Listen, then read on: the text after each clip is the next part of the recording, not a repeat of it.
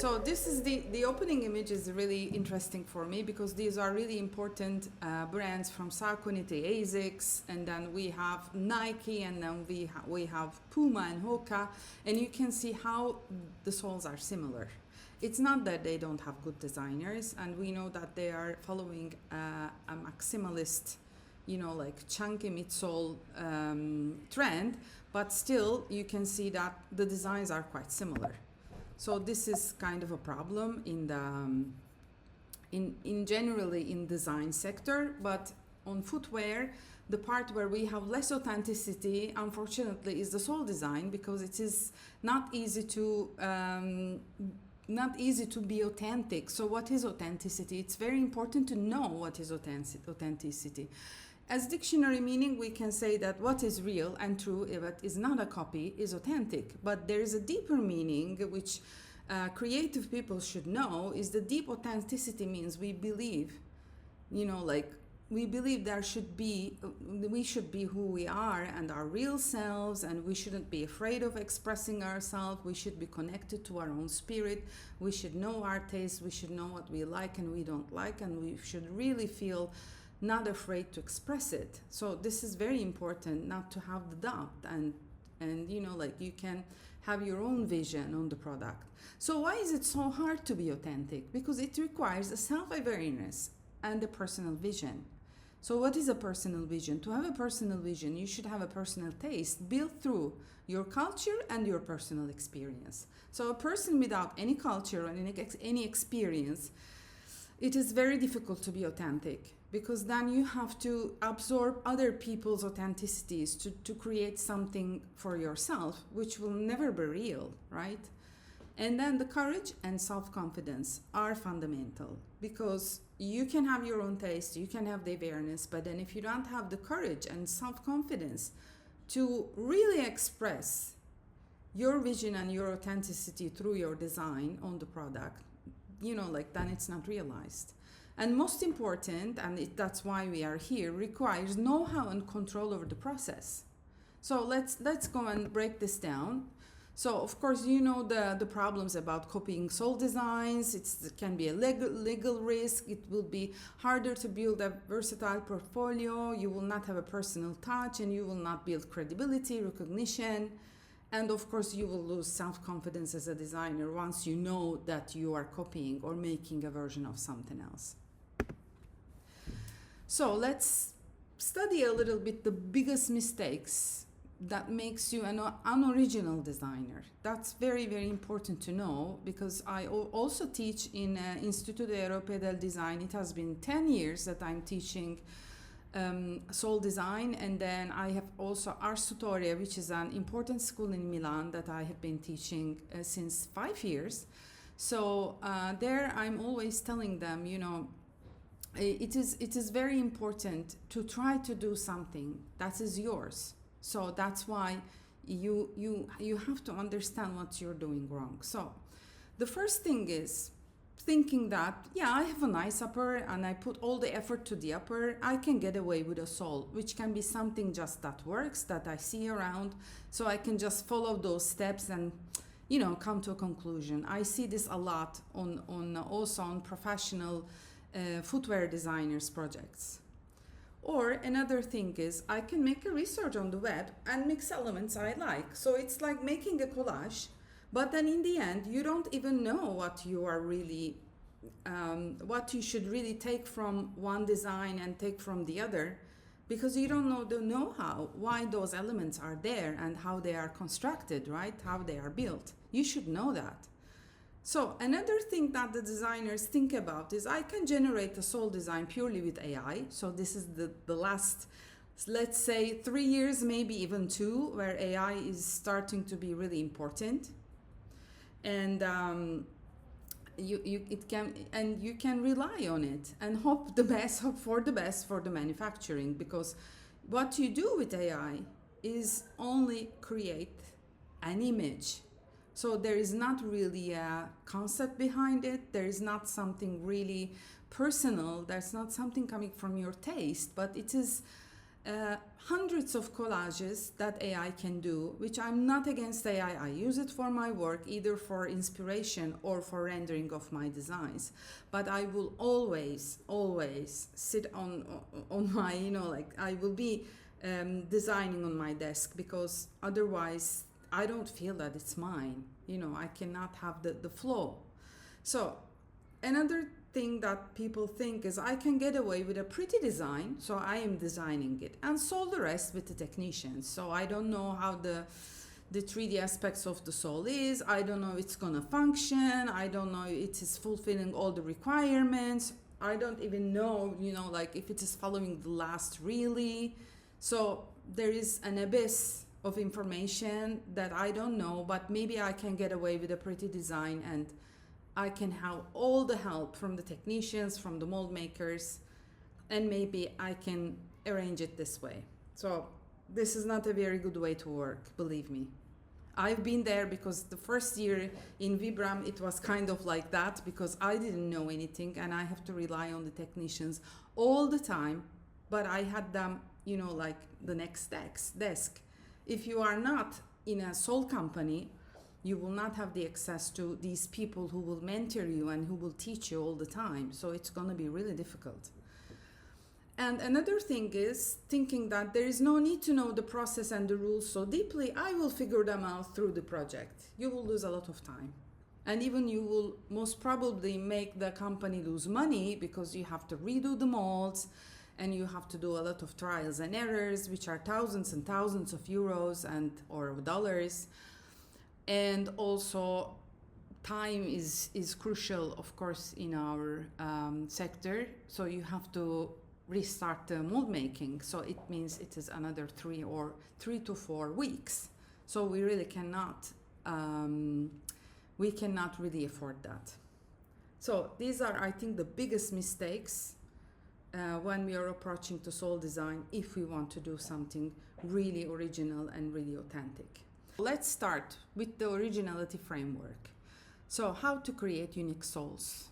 I've thought about this really a lot, because there are a lot of aspects to talk about when you talk about authenticity. It is what really makes us different.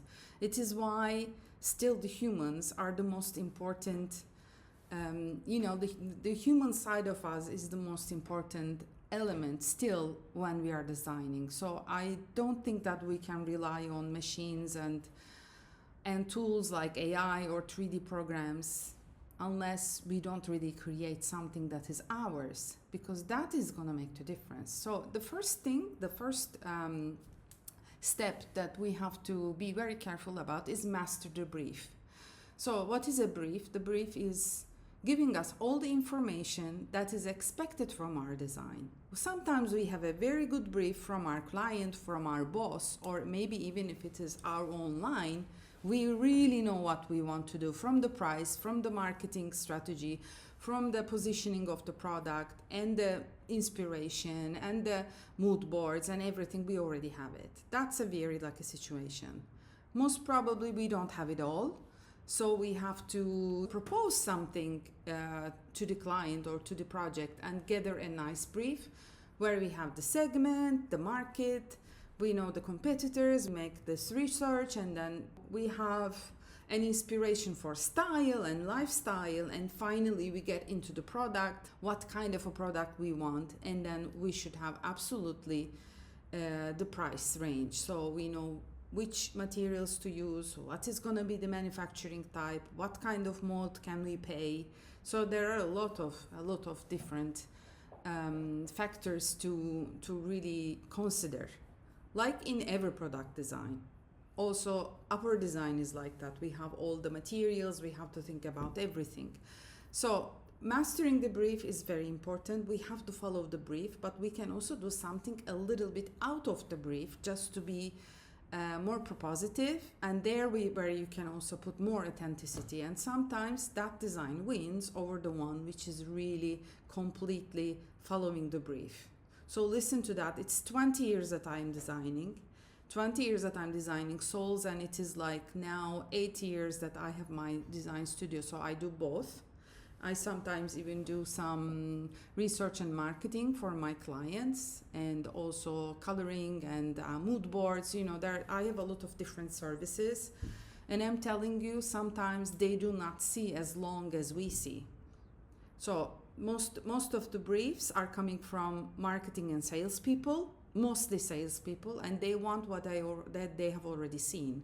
So we have to be even further, or even beyond that, what is already on the market, and do something new. So that is going to make the difference.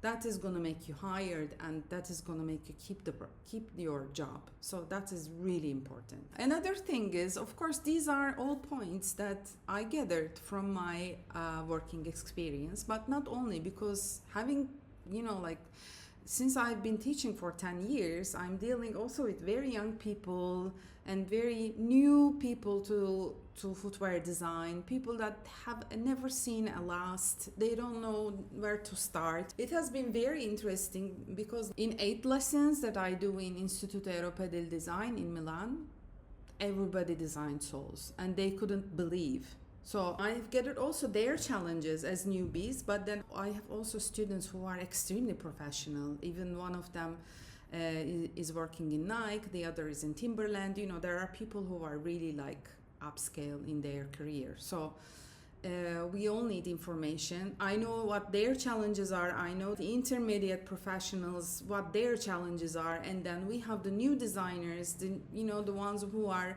out of a school lately, and they are really like starting new. So they all have different challenges.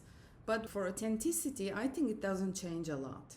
We always have to keep in mind, even after 20 years, not to fall into that trap of doing something really safe, because we know that it's gonna pass through the approval stage, right? So another thing is, this is very, very important, make a personal research and find your inspiration. What does it mean? For example, in this project, I'm taking you through this project, which was a charity project, so I can share it freely. This was a sneaker that I was supposed to make for medical service people. So all the people that are working in the hospitals, because it was COVID time, and mostly Italy was the first country in Europe that this virus entered. So we wanted to do this sneaker for them instead of maybe wearing clogs all the time. I had to do the product research, what is on the market, but not the emotional images and the lifestyle and the user experience and their requirements. And then I will have my artistic and personal mood board, searching for a new team out of only pure performance. So how can I, Daphne, or you, Francesca, or you, Adam, whoever, how would you approach this? Just don't think about anyone else. So I was really emotional in that moment. So I have chosen all these colors which are very pure, very human, and then we have this color scheme, which the color, you will say, who cares about the color? But it was like, for me, was the emotional side of the project. So what happened is, in the end, I was very attracted with the graphics, the pulse graphic, the heartbeat graphics. I think this was really, for me, something that was about life. As far as my heart is beating, and I have my pulse and my rhythm, nothing's gonna happen. I'm still alive. So this was about life. This was about people who are saving lives. So that was my personal approach, was about life, and life was the heartbeat and the heartbeat graphics. So you can see how the brain, also your emotional side, is connecting to the project in a different way. So this is how you can be really authentic without being afraid, are they gonna say, who cares about the pulse graphic? It is too illustrative and maybe somebody will not like. No, you just don't care. I put it on the bottom very, very clearly, and then I've put it on the lateral side. So we have to sketch a lot with intention, trying new shapes. So this was one of them that I came up with. I have done a lot of sketches.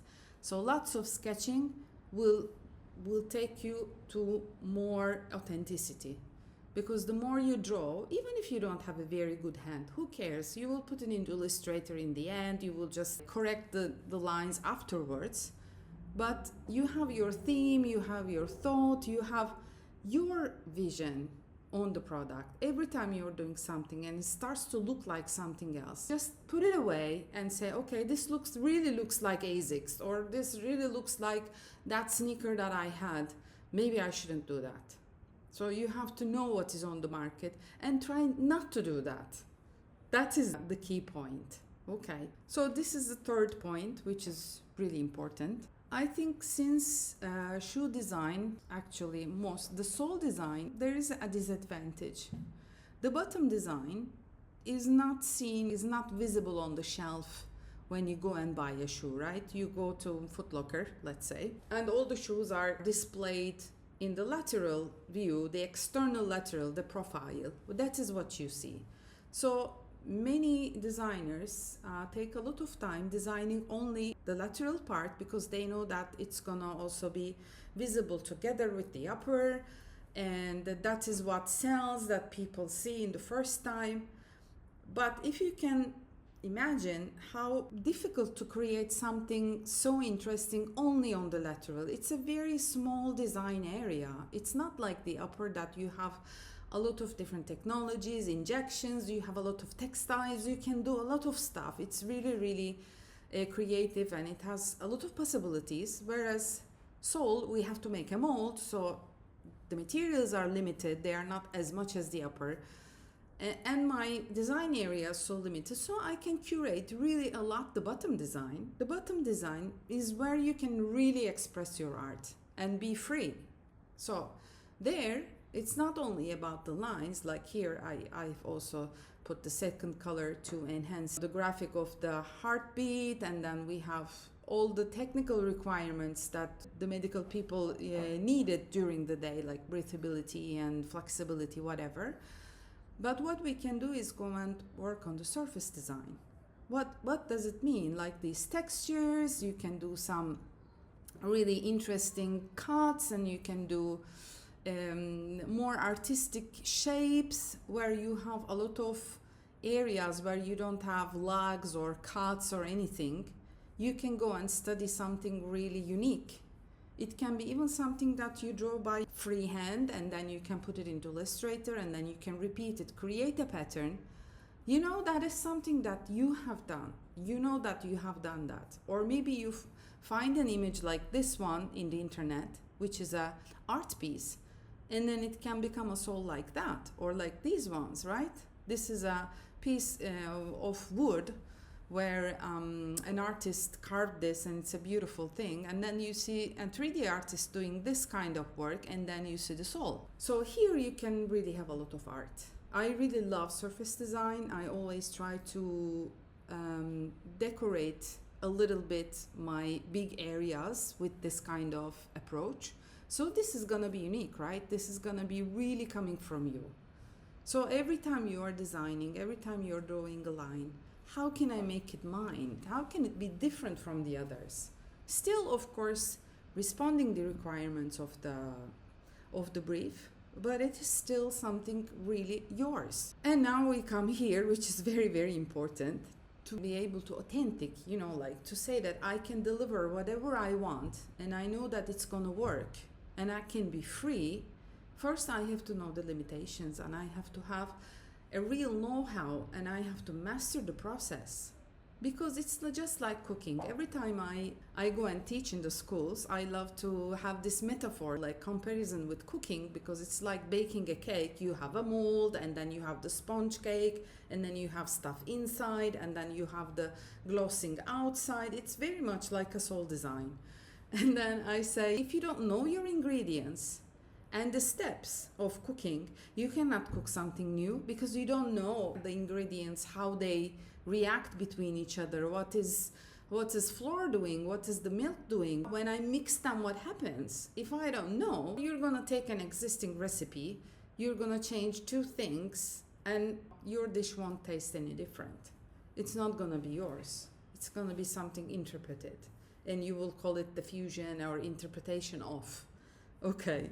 So the companies, the brands are not paying designers and creative people to do not always, because there are also brands who are like replica brands that they want to replicate or do something very similar to what is already on the market. That is something else. That's not easy also. You have to know how to follow what is already on the market. But usually people hire designers because they're authentic, because they have a taste to put on the table, because they have something else and they have their own vision, which is different than the others. So I think these are the five key elements, the key approaches to be really authentic.